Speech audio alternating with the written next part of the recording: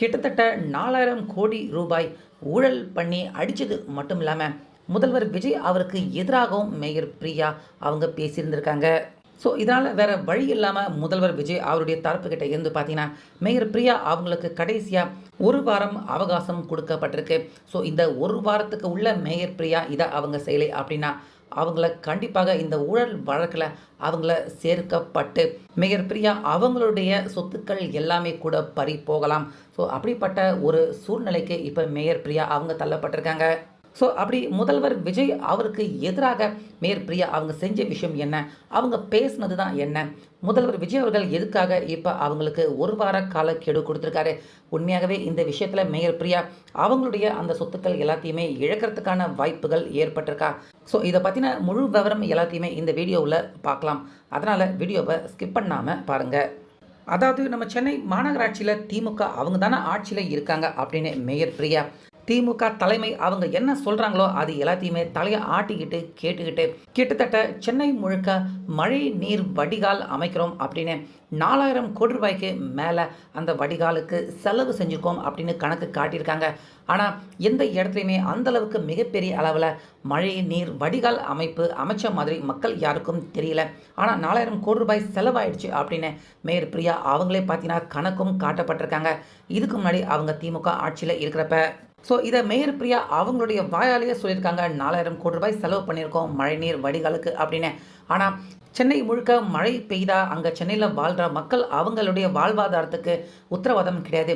ஏன்னா எந்த பகுதி எப்போ மழை நீரால் மூழ்கும் அப்படிங்கிற அபாயத்தில் தான் இந்த 4000 கோடி ரூபாய் செலவு செஞ்சுமே மக்கள் எல்லாருமே மழை காலத்தில் ஒரு ஆபத்தான வாழ்க்கை வாழ்கிற மாதிரி தான் சென்னையை பொறுத்த வரைக்கும் வாழ்ந்துக்கிட்டு இருக்காங்க. ஸோ, இந்த சூழ்நிலையில் தான் இப்போ ஆட்சி மாறிடுச்சு. முதல்வர் விஜய் அவரும் முதல்வராக பதவி எடுத்துக்கிட்டாரு. ஸோ, பதவி எடுத்துக்கிட்டதுக்கு அப்புறமாகவது மேயர் பிரியா முதல்வர் அவருக்கு தர வேண்டிய அந்த மரியாதையை கண்டிப்பாக கொடுத்துருக்கணும்ல. ஸோ, இங்கே தான் மேயர் பிரியா அவங்க ரொம்ப பெரிய தப்பு பண்ணியிருக்காங்க. ஏன்னா முதல்வர் விஜய் அவருடைய பதவி ஏற்பு விழாவுக்கும் மேயர் பிரியா அவங்க வரல. அது மட்டும் இல்லாமல் அமைச்சர்கள் எல்லாருமே 2 வாட்டி பதவி ஏற்றுக்கிட்டு இருக்காங்க. அந்த அமைச்சர் பதவி ஏற்பு விழாவுக்கும் கண்டிப்பாக ஒரு மேயராக நிச்சயமாக அவங்க வந்தே ஆகணும்.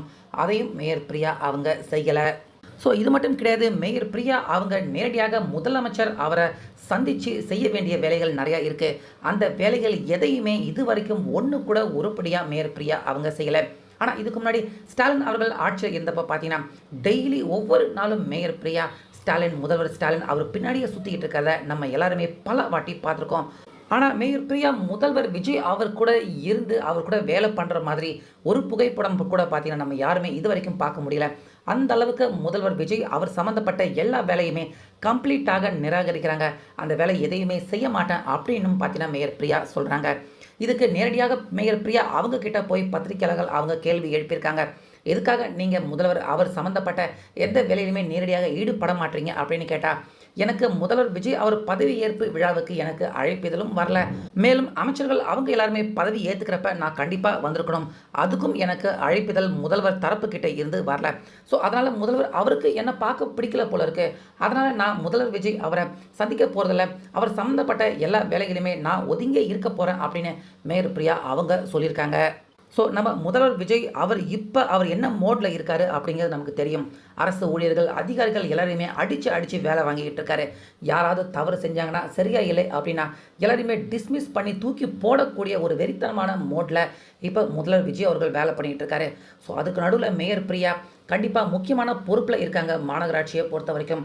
ஸோ, இப்படிப்பட்ட ஒரு இடத்துல இருக்கிற மேயர் பிரியா ஒழுங்காக வேலை செய்ய மாட்டேன் அப்படின்னு சொன்னாங்கன்னா நிச்சயமாக முதல்வர் விஜய் அவர்கள் சும்மா விடுவாரா? ஸோ, மேயர் பிரியா அவங்க கொடுத்துருக்க இந்த பதிலை பார்த்த முதல்வர் விஜய் அவர் பார்த்தீங்கன்னா இப்போ அடுத்த கட்டமாக கடுமையான நடவடிக்கை எடுக்க இருக்காரு மேயர் பிரியா அவங்க மேலே. அதாவது மழைநீர் வடிகாலுக்காக மாநகராட்சி மேயர் பிரியா அவங்களுடைய கட்டுப்பாட்டுக்கு கீழே தான் வருது. ஸோ, இந்த மாநகராட்சிக்காக 4000 கோடி ரூபாய் டெண்டர் ஒதுக்குனதுலையும் பார்த்தீங்கன்னா ரொம்ப பெரிய முறைகேடு நடந்திருக்கு. அது மட்டும் இல்லாமல் 4000 கோடி ரூபாய் எங்கே செலவு பண்ணாங்க, எந்த இடத்துல வடிகால் அமைச்சாங்க அப்படின்னு மக்கள் எல்லாருமே இன்னுமே கூட கேட்டுக்கிட்டு இருக்காங்க.